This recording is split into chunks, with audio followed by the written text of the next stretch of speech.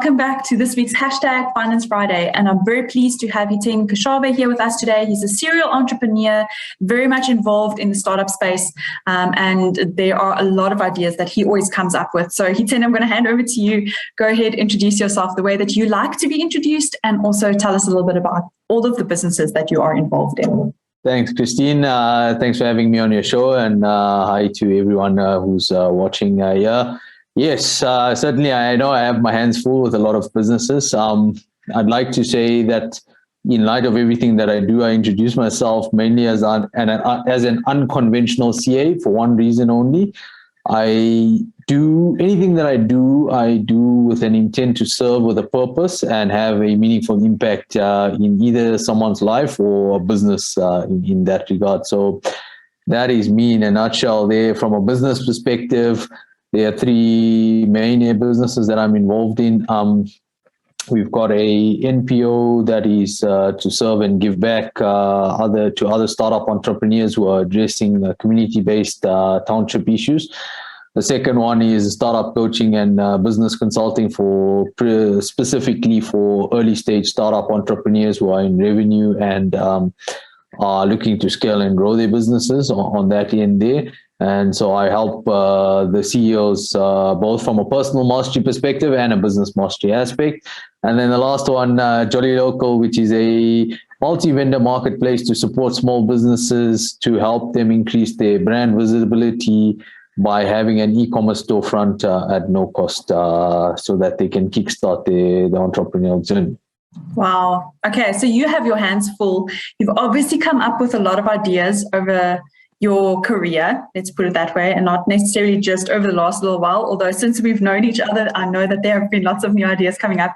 So maybe I'll start off with asking the question, what should you look for in order to spark innovation? So you've innovated through bringing new businesses to light and trying to think about how to do things differently in maybe even a slightly saturated space. I'm thinking about business coaching, for example. How are you making sure that you are different, and what helps you to actually spark that process? Sometimes it's hard, right? So what do you do? Yeah, innovation is certainly not something that just comes out overnight. It's a process that you go through, I believe, and that takes a lot of research and effort to understand what's happening from an economic standpoint in terms of industries itself that you may be interested in. And then the second thing is, what are people's needs that are currently being served, and how is it being underutilized or underserved? As a better example. So a typical example is like from a business coaching perspective, it's such a flooded field at this stage, but and there's so many business coaches who are termed coaches themselves, but they actually don't understand what the coaching environment actually is, because the coach is more about probing questions and getting you to start to self-reflect and think so that you bring up the answers yourself. So your coach is like your guide itself there. But in that landscape itself, as entrepreneurs, we are so heavily invested in our business that we sometimes forget our priorities in our personal life. And we then neglect the one aspect of our life and then we focus on the other. So we have this imbalance there.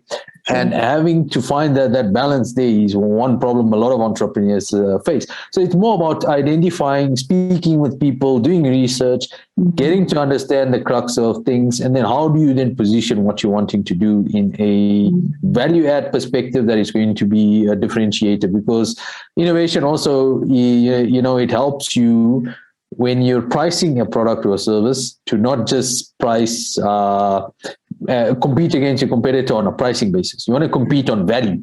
So that's the whole aspect of innovation there.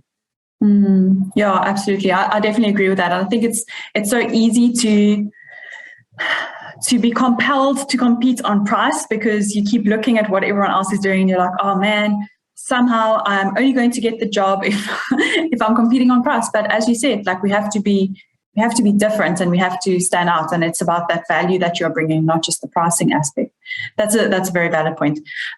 So what does innovation mean to Hiten, and why do you think that it matters in our businesses so much, other than staying ahead of the competition? What would you say? Look, I think it sparks creativity and productivity amongst everyone, especially if you have a team of people that are working with you.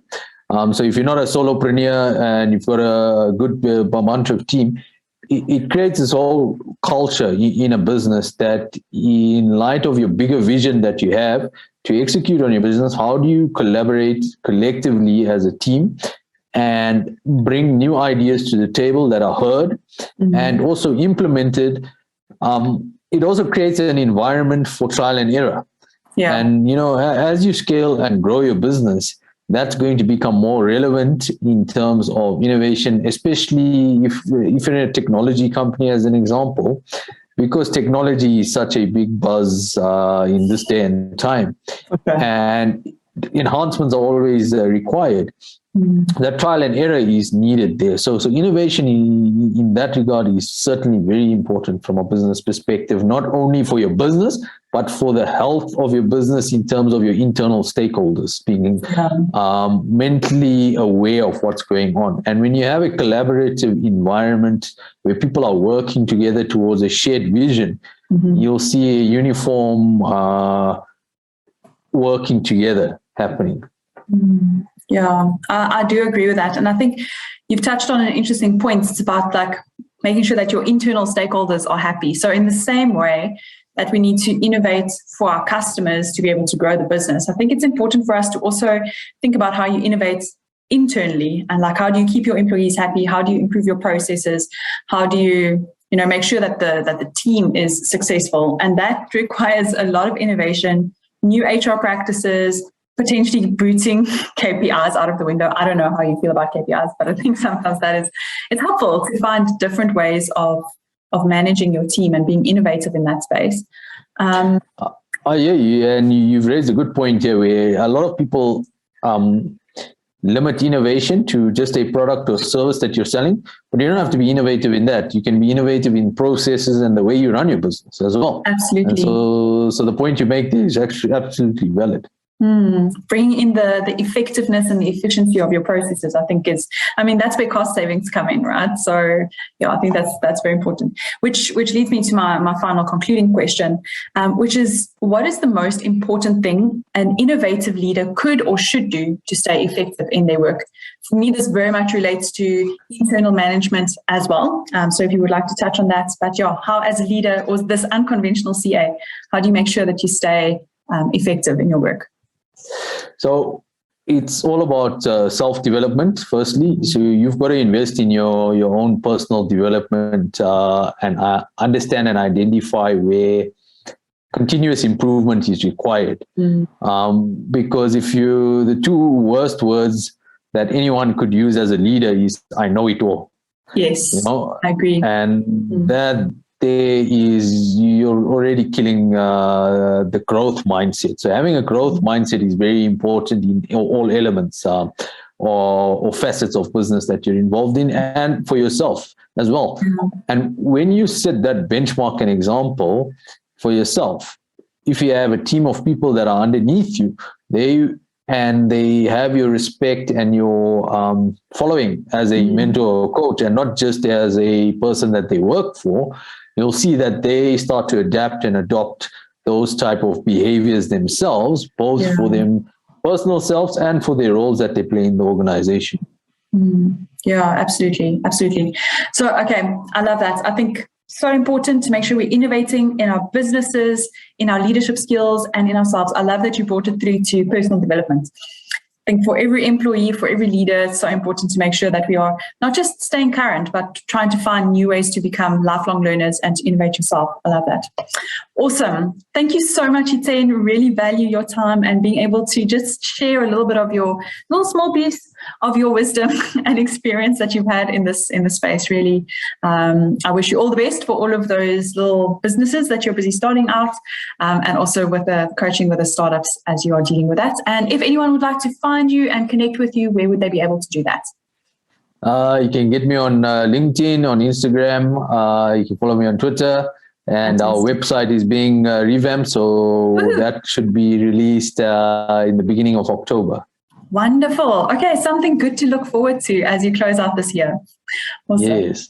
Great. Okay. Fantastic. Thank you so much, Hiten. We will see you guys next time. Thank you very much. Bye.